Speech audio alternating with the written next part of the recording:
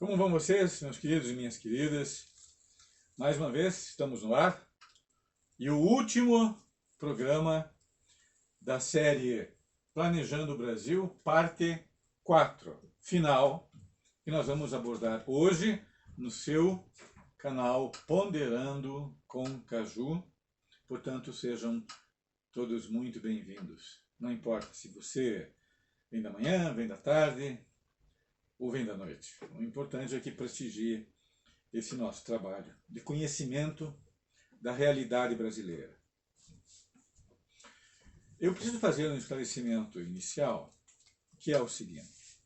Eu havia falado para vocês a respeito que esse período diz referência ao governo Juscelino Kubitschek, sob a égide do Plano de Metas. E é verdade. Só que eu coloquei a data 54 e 55. 54 é o período quando morre Vargas, e 55 ainda quando está havendo a transição. O governo Juscelino começa em 56 e vai até 61. Por que eu coloco 64? Porque são os desdobramentos desse plano de metas que são muito importantes, quando na verdade esses desdobramentos chegam até hoje. Porque hoje, qual é a indústria brasileira mais importante? A indústria automobilística. E foi semeada exatamente aqui, nesse período, não porque fosse um capricho dos planejadores da época, mas é porque, mundialmente, a indústria automobilística tem esse poder de expansão e de encadeamento industrial que nenhuma outra indústria tinha. Lembrem que eu falei que o automóvel começa no minério de ferro e segue muitas etapas, movimentando milhares de indústrias. E hoje ainda mais, porque hoje tem os componentes eletrônicos, que antigamente não existiam. Bem, então explicado que esse plano de metas é 56 até 1961, e isso aqui que é o período do governo JK. É esse aqui. Porém, os nossos desdobramentos vão até 64, junto com o golpe, que vai ser um outro assunto. Bom, agora vamos fechar. Vocês sabem que o plano de metas ele era um todo coerente. Ele se distribuía em 5 setores. O mais importante era o de energia. Depois vinha o transporte. Depois vinha indústria de base, principalmente com o aço. Daí vinha a educação e, por último, a alimentação. E esses 5 setores, eles estavam alvejando, mirando 30 metas a serem atingidas. Eu apenas mencionei algumas delas, porque mesmo esse assunto tendo sido tratado em 4 partes, está completamente longe de nós o termos esgotado. Nós apenas fizemos um arranhão, porque a bibliografia que pode ser consultada, que eu li, é caudalosa, é um rio de tantas obras que existem. E que esses assuntos eu vou morrer estudando, né? Não vai ter, só tem começo, mas nunca vai ter fim. Bom, o Plano Metas tinha então a sua conformação de orçamento até. Estava tudo, digamos, correndo bem, enquanto existiram se seguiu aquelas 30 metas, 30. Mas aí, o presidente Juscelino resolve intercalar, já de caso pensado, ele já sabia disso, a 31ª meta. A meta de número 31, ou a 31ª, né, meta. Essa 31ª foi que esgarçou o orçamento e que provocou a sangria de recursos. Essa 31ª meta foi a construção de Brasília. E ela está muito ligada com a questão dos transportes pelo seguinte, se vocês olharem aqui, Nós temos Brasília aqui no centro, esse mapinha do Brasil que eu fiz assim, meio que no grito, e uma série de linhas. Essas linhas, elas simbolizam as várias estradas de rodagem, as várias rodovias que tinham que ser construídas para você chegar até Brasília. Porque Brasília não existia. Ela estava perdida no meio do nada. Não existia nem estrada para lá. E como é que você vai fazer uma capital federal sem ter estradas? Então, as estradas tiveram que ser construídas, não apenas quando Brasília estava sendo feita, mas também depois. Porque você não pode ter uma capital federal, uma capital política, isolada do país. E essas estradas foram muito importantes para integrar o país, para ele fazer um todo. E esse todo, aí sim, se encaixa a questão da indústria automobilística e dá ênfase às rodovias e aos critérios que eu já falei, né, desse plano que ele tinha coerência, obedecer aos critérios de rentabilidade, tem que dar lucro, e outro critério de alta produtividade, que eu falei, né, que os caminhões nas curtas e médias distâncias são imbatíveis, né? Eles têm essa flexibilidade. Muito bem. Então Brasília vai ser construída e ela vai ser o pomo da discórdia. Porque Brasília, apesar dela, ela vai unir o país, vai integrar as regiões. A região norte, que era a região amazônica, ela estava praticamente desconexa, separada do país. E ela é nada mais nada menos que a região mais rica do planeta. Apenas isso. Só. Não é nada. Só a região mais rica do planeta. Só isso. Com esse potencial. Então Brasília dá essa unidade. Então Brasília é uma coisa visionária. E já estava escrito dentro da Constituição. Já estava. Juscelino decide peitar a obra e fazer. Porém, essa obra foi altamente polêmica, porque para ela não tinha nem orçamento. Então, à medida que as coisas iam acontecendo, ia liberando dinheiro. Claro, isso deu margem à corrupção, sem dúvida, né? E a corrupção nada mais é do que a ganância sem limites. Só que a ganância sem limites existe tanto no setor público quanto no setor privado. E quem paga sempre são os trabalhadores, né? A ganância sem limite é a mãe da corrupção. É isso. A ganância é uma coisa boa, a gente também tem que ter. A gente tem que ter o desejo de querer ganhar. Isso é justo. Mas dentro de padrões, né, que nós podemos dizer civilizados ou humanos. Muito bem. Então Brasília é isso aqui. Ela vai, inclusive, centralizar as vias de transporte. Ela vai tirar o país, vai eliminar com o Brasil Sertão. Uma das obras que trata muito bem a respeito desse Brasil Sertão é a obra Grande Sertão Veredas, que é um clássico da literatura brasileira, que eu tenho até aqui, que eu já li, que é esse aqui, ó, dos anos, escrita por João Guimarães Rosa, que retrata esse Brasil desgarrado da civilização, palco de conflitos, palco da ação dos jagunços, onde a população interiorana sofria porque ficava à mercê dos jagunços e dos grandes proprietários de terra, que quase faziam o que bem queriam. Então, Grande Sertão Veredas tem até uma linguagem, ela é escrita nós podemos dizer em caboclês, a língua do caboclo, mas refinadíssimo, né? Então, os meus ouvintes, os meus que estão me vendo, meus assistentes, quiserem ler a Grande Sertão Veredas, pode baixar na internet. Eu tenho o meu porque ler na internet, ler no computador é uma coisa, para mim, ainda muito dificultosa. Bom, tá. Vamos guardar aqui o Grande Sertão.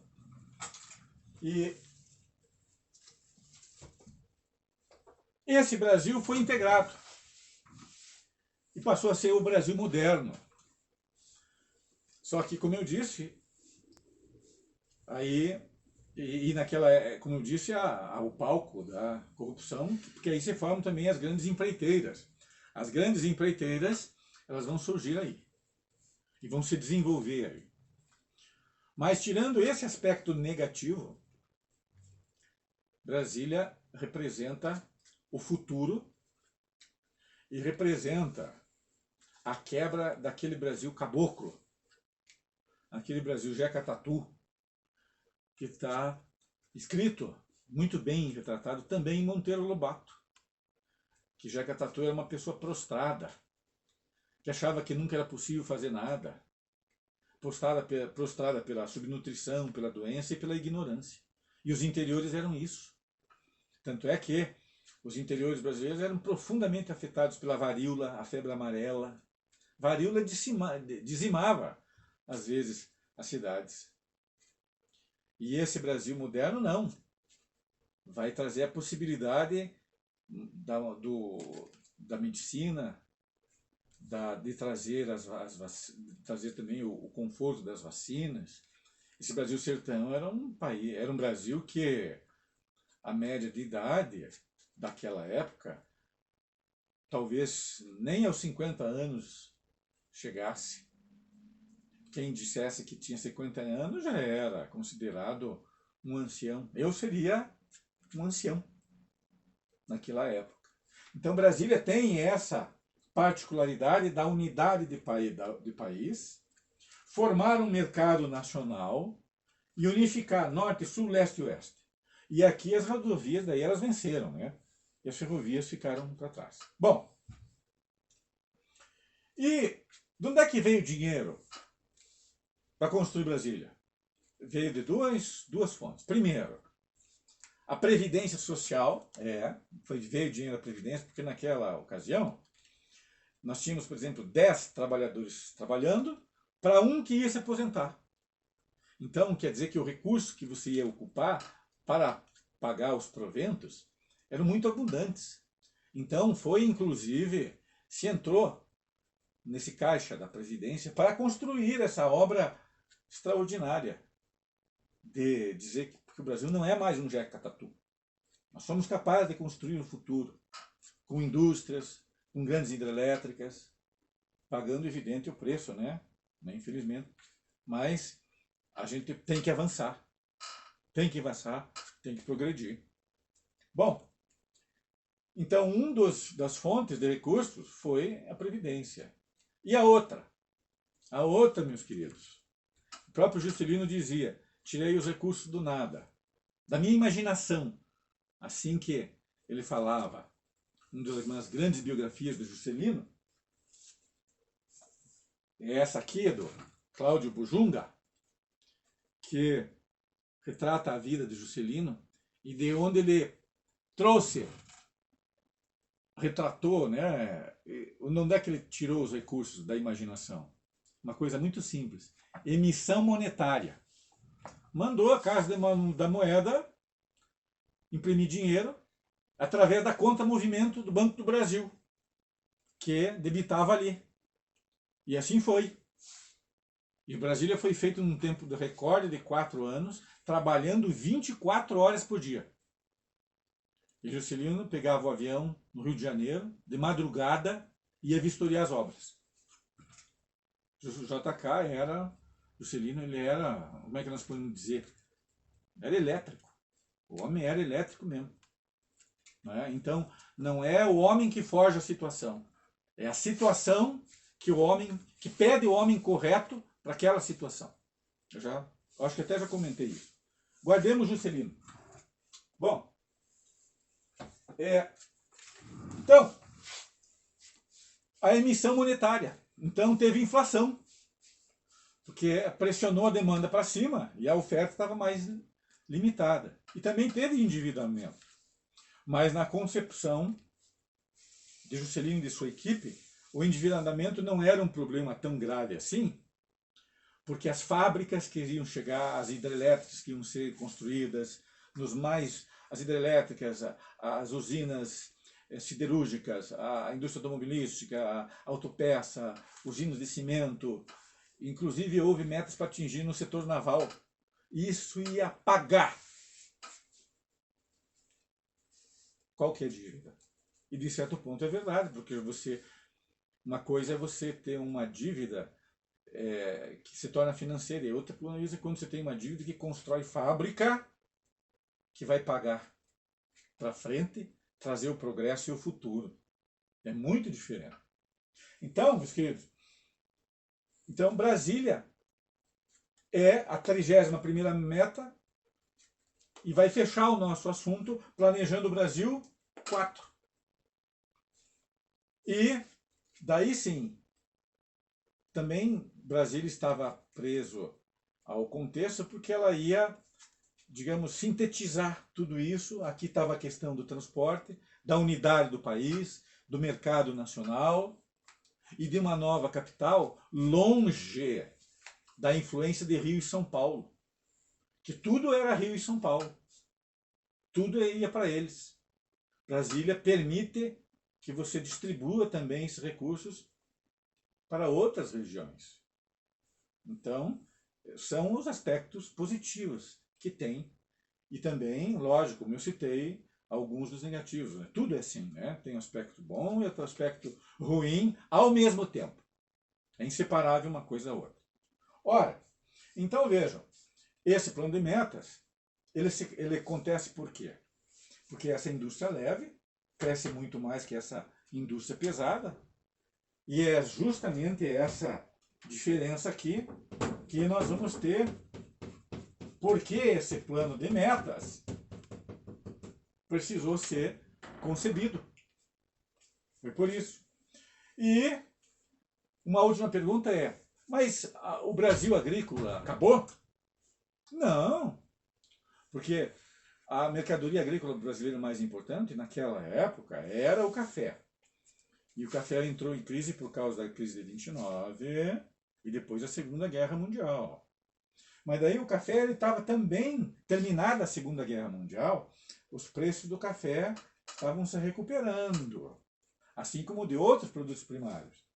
E quando os preços do café eles se recuperam, também abre a possibilidade das exportações de café conseguirem dólares, e esses dólares vão ser importantes para se importar também máquinas e equipamentos, para sustentar todo esse processo industrializante vertiginoso e arrojadíssimo de você construir os 50 anos em 5, né? Que não é apenas uma frase bonita. Isso foi feito mesmo. Então agora, meus queridos e minhas queridas, nós fechamos o assunto e nós podemos dizer que agora é um Brasil novo, não é mais um Brasil de cabo de enxada. É um Brasil que tem os tratores. É um Brasil que vai ter os caminhões Fenemê. É um Brasil que vai ter o DKW. Olhem lá depois o carrinho. DKW, do alemão Das Kleine Wunder. E vai ter o Fusca. Mas era uma novidade absolutamente embasbacante, né? Porque qual é a tecnologia que o Brasil tinha dele? Era carro de boi. Era produzir carro de boi. Essa era a tecnologia nossa. Imagine, em um salto de 5 anos, você produzir automóvel aqui dentro. Nossa, isso era um feito, uma proeza. Foi uma proeza, realmente. Então, nós fizemos, foi uma coisa extraordinária.